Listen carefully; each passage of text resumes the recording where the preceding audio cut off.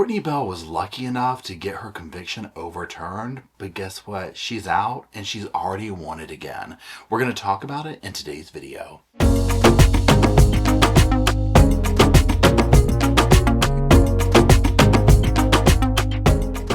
Hello, Sofa Squad, and welcome back to the sofa. Sofa's there. Paul's here. And on that note, my name's Paul. If you're not new here, my name is still Paul. If you're new here, my name is still Paul.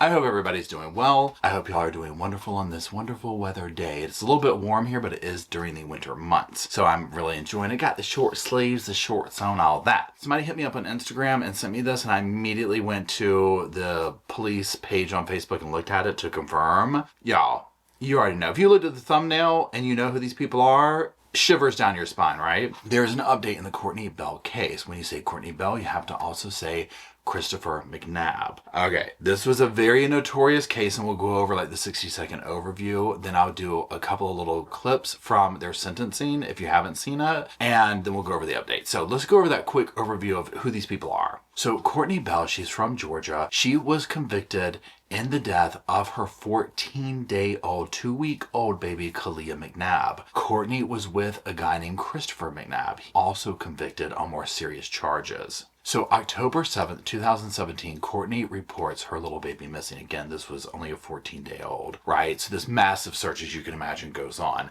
Now, sadly, her little body would be found in the woods eventually, and she had severe injuries to her skull. Now, Christopher McNabb, the father, he was convicted, charged with like the direct result of doing this to the baby. However, Cortney was hit with charges that were more like creating the environment and that type thing, but not directly like hands-on what took place with the baby. Ultimately, she was charged with second-degree murder, cruelty to children, and contributing to the deprivation of a minor. She was found guilty, and she was sentenced to 30 years in prison with 15 years to serve and the rest on probation. Now, that being said, fast forward several years, Cortney was able to get these charges overturned, okay? When I say charges, I mean convictions. She got these overturned, and she was able to walk out of prison. This is shocking and unheard of, but she did it. Now that's the very quick like little overview of it. I actually have like a deep dive video on it before. I'll put it down in the description box below if you want to watch it. What I want to do now is specifically just to remind people, or if you have not seen this case, I want to show you a few snippets from the sentencing of both Cortney and Christopher, and you will see why, in addition to the heinousness of what they did to their baby or allowed to do to the baby, you'll see why this went viral. Now the first clip is going to be Cortney. She's been found guilty.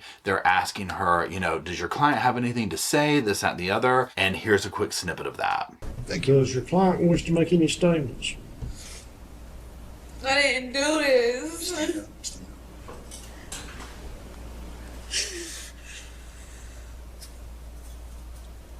Y'all know I didn't do this. Miss Bell, you and I had a conversation We did. back in Chambers on Wednesday, remember, morning?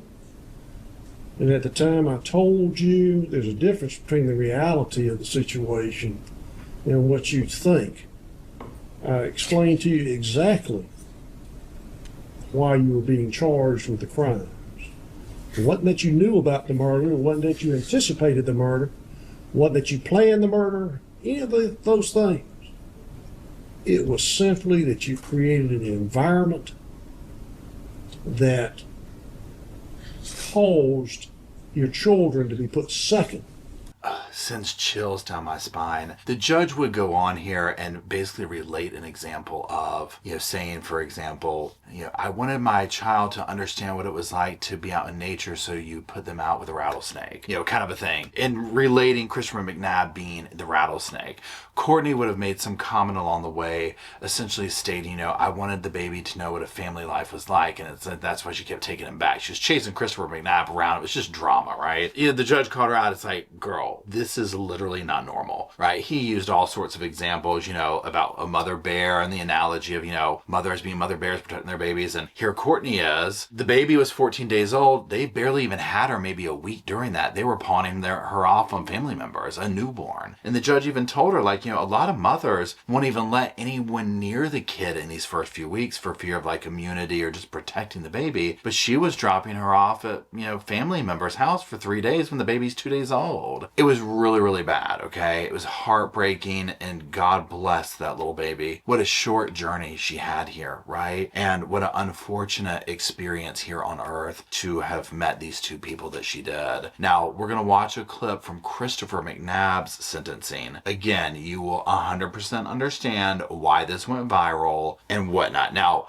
to give context, he has, we're getting ready to sentence him, all this. The psychologist got up, one of the people, or psychiatrist, whatever she was, who had talked to him, and basically did a thing of accusing him of, and I'm trying to find a nice way to say this for YouTube, pleasuring himself in some fashion during one of the meetings, like looking at her, gunning down, I believe it's called. So when the judge is like, do you have anything to say for sentencing? The first thing he does is get up and talk about how he didn't do that. And then the judge is like, okay, do you have anything to say about your baby, about the sentence, about your charges? And, Chris like, well, yeah, well, I ain't do this. It was mind blowing. So then the judge does a little bit of reverse psychology on him.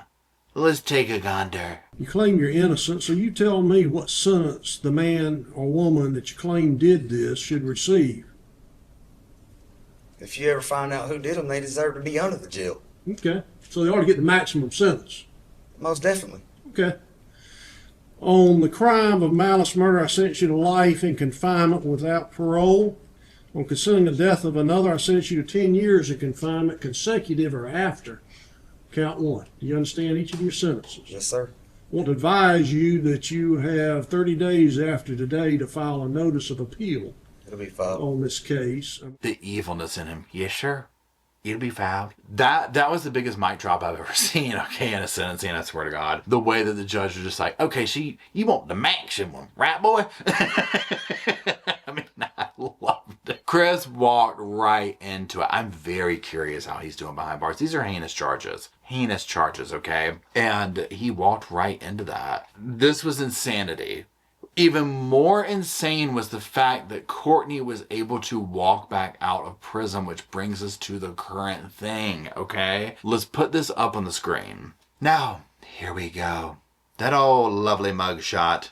Jasper County Sheriff's Office wanted Cortney Bell on multiple charges, maybe in the Monticello/Covington area. Now, at this time, I don't know exactly what the charges are that she's wanted on. 100% gonna wait to find those out. God help us if it's in relation to anything to do with a child. I am guessing it's drug related, right? This is a situation of extreme abuse of substances and whatnot, and really bad decisions, and that's just all really one can say, okay? It was one of the worst cases I think I've ever covered, okay? And like that says a lot, y'all know, right? If you follow me for years, or even not that long, for me to say this is the worst of the worst, this is the worst of the worst, okay? What was done to that baby is horrendous, and what I personally think happened is that Christopher, I do not think that Cortney physically put her hands on the child, okay? I think that Christopher, in a 3-day binge rage, basically punched the poor little baby, and you can only imagine a full grown man doing that, what would happen to a child's skull. And Cortney allowed it to happen.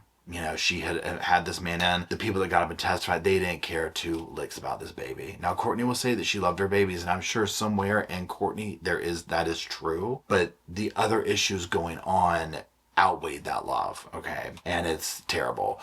100% following this, okay? So please send me updates if you see them. Please do. Or any case for that matter. I greatly appreciate them coming in. I'm going to do a live chat, so by the time you watch this, if you go to my live chat channel, the podcast channel, you can see it, and we're going to rewatch like some of the footage over there and do this. That's it. I just wanted to update y'all with that. I do appreciate it if you're still watching. If you could, drop some little sofas off down in the comment section for myself, Rosco in spirit, Bo and Luke who are running around out there, and the rest of the Sofa Squad. So we'll have a place to sit, hang out, talk about this case, all the other ones that we do talk about here at the Sofa Squad. And until we meander around down there and do that, I'll see y'all soon. I just wanted to say thank you again for watching the whole video, and also thank you for being part of the Sofa Squad. Special thanks to all the Patreon members, channel members from both of my channels, everybody who likes, shares, subscribes, comments in the comment sections. It helps the channel out so much. Now don't forget, I do have that other channel, the podcast channel. That's where we go live, we hang out, we talk. We have kind of sort of a schedule, but just be sure and check it out. I'll put it up here on the screen. And then like I said in the beginning of the video, if you want to follow me and Rosco on the Instagram, go on, check it out. It's right here on the screen again. But once again, thank you very much. I really appreciate you being part of the Sofa Squad, and I'll